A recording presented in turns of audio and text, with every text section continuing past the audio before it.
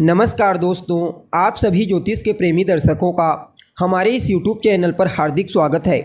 दोस्तों, आज का यह ज्योतिष का कार्यक्रम आप लोगों के लिए यानी कि वृश्चिक राशि के जातकों के लिए बड़ा ही खास और विशेष कार्यक्रम साबित होने वाला है। आज के इस ज्योतिष के कार्यक्रम में हम बात करने वाले हैं देवगुरु बृहस्पति के राशि परिवर्तन प्रभाव के बारे में। जी हाँ, देवगुरु बृहस्पति अपनी वर्तमान मित्र राशि अग्नि तत्वीय राशि मेष राशि को छोड़कर दैत्य गुरु शुक्र की साधारण राशि भूमि तत्वीय राशि वृषभ राशि में बीते 1 मई 2024 की दोपहर 1:47 पर प्रवेश कर चुके हैं, जहां कि वो आने वाले 14 मई 2025 तक रहेंगे और इसके पश्चात पुनः मिथुन राशि में प्रवेश कर जाएंगे। देवगुरु बृहस्पति मिथुन राशि में प्रवेश करने से पहले जब तक इस राशि में रहेंगे तो 2 बार अपनी चाल में बदलाव करेंगे। पहले तो 9 अक्टूबर को अपनी मार्गी चाल में बदलाव करके वक्री होंगे। उसके पश्चात आने वाले साल 2025 के फरवरी महीने के 4 तारीख को यानी कि 4 फरवरी को फिर से एक बार अपनी चाल में परिवर्तन करके वक्री से मार्गी हो जाएंगे। तो ऐसे में बड़े विस्तार के साथ जानने का प्रयास करेंगे कि देवगुरु बृहस्पति का यह राशि परिवर्तन आपके लिए कितना प्रॉफिटेबल साबित होगा।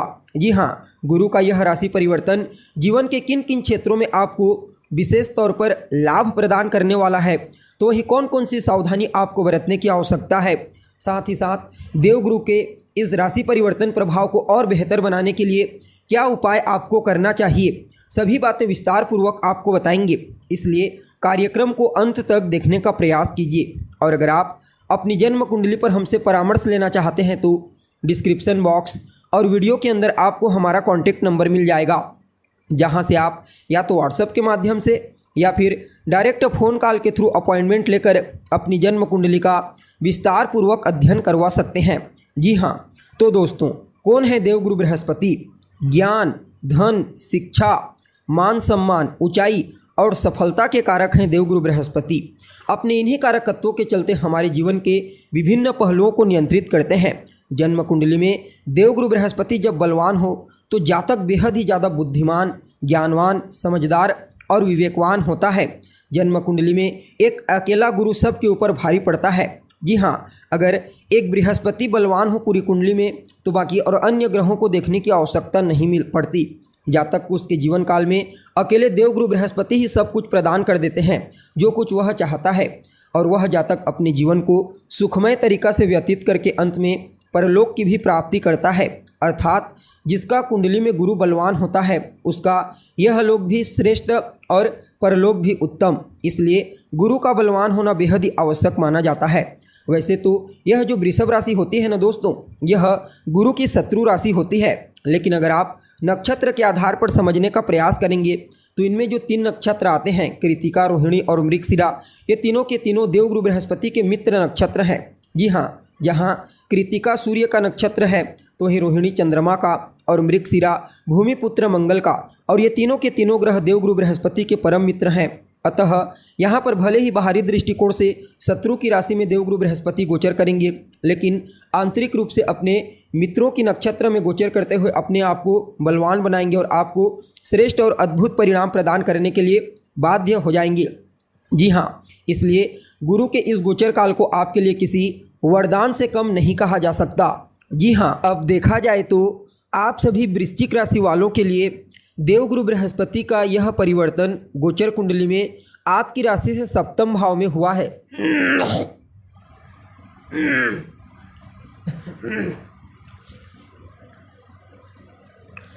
अब देखा जाए तो आप सभी वृश्चिक राशि के जातकों के लिए देवगुरु बृहस्पति का यह परिवर्तन आपकी राशि से सप्तम भाव में हुआ है। यहाँ पर देवगुरु बृहस्पति आपके दूसरे भाव और आपके पंचम भाव के स्वामी बनकर सप्तम भाव से गोचर कर रहे हैं। अतः आप सभी वृश्चिक राशि वालों के लिए देवगुरु बृहस्पति के इस गोचर को बड़ा ही उत्तम और श्रेष्ठ परिणाम प्रदायक कहा जा सकता है। जी हाँ, सबसे पहले तो आपके दाम्पत्य जीवन में खुशियों का आगमन होगा। आपकी मैरिड लाइफ मजबूत होने वाली है।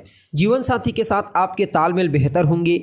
जीवन साथी का सहयोग आपको इस गोचर काल के दरमियान पूर्ण रूप से प्राप्त होने वाला है। आप अपने जीवन साथी के साथ मिलकर किसी नए कार्य की शुरुआत कर सकते हैं या फिर पहले से ही अगर आप अपने लाइफ पार्टनर के साथ मिलकर कोई कार्य करते आ रहे हैं तो वहाँ पर भी आपको इस गोचर काल के दरमियान अवश्य ही जबरदस्त सफलता की प्राप्ति आपको देखने को मिलेगी। जो जातक अविवाहित हैं उनके लिए विवाह के एक नहीं बल्कि अनेक प्रस्ताव आने वाले 365 दिनों में आएंगे। जी हाँ, यह गोचर कहीं ना कहीं आपके जीवन में आपकी पर्सनैलिटी को निखार करके रख देगा। आपके दाम्पत्य जीवन में तो बाहर लाएगा ही लाएगा, साथ ही साथ व्यापारियों के लिए सोने पर सुहागा कहा जा सकता है। जी हाँ, चाहे आप स्वतंत्र रूप से व्यापार करते हैं या फिर पार्टनरशिप में व्यापार करते हैं, समझ लीजिए गुरु की कृपा से आपको अपने व्यापार में पहले तो आर्थिक लाभ की प्राप्ति होगी। उसके पश्चात मध्य पड़ाव के बाद आपको अपने व्यापार को विस्तारिता प्रदान करने के लिए न सिर्फ कुछ नए आइडियाज़ प्राप्त होंगे बल्कि फाइनेंशियली सपोर्ट की प्राप्ति भी आपको होने वाली है। जी हाँ, अब देखिए जहाँ पर देवगुरु बृहस्पति होते हैं वहाँ से पंचम भाव को, सप्तम भाव को और नवम भाव को दृष्टिगोचर करते हैं। अब यहाँ से सप्तम भाव में गोचर कर रहे हैं, अतः अपनी पंचम दृष्टि से आपके लाभ स्थान को दृष्टिगोचर करेंगे, सप्तम दृष्टि से आपके व्यक्तित्व को और अपनी नवम दृष्टि से आपके पुरुषार्थ को देखेंगे। और देवगुरु बृहस्पति की दृष्टि में अमृत माना गया है, अतः इनकी दृष्टियां भी चमत्कार उत्पन्न करने वाली हैं। पहले तो आपके लाभ स्थान को दृष्टिगोचर करते हुए देवगुरु बृहस्पति आपकी लाभ की स्थिति को मजबूती प्रदान करेंगे।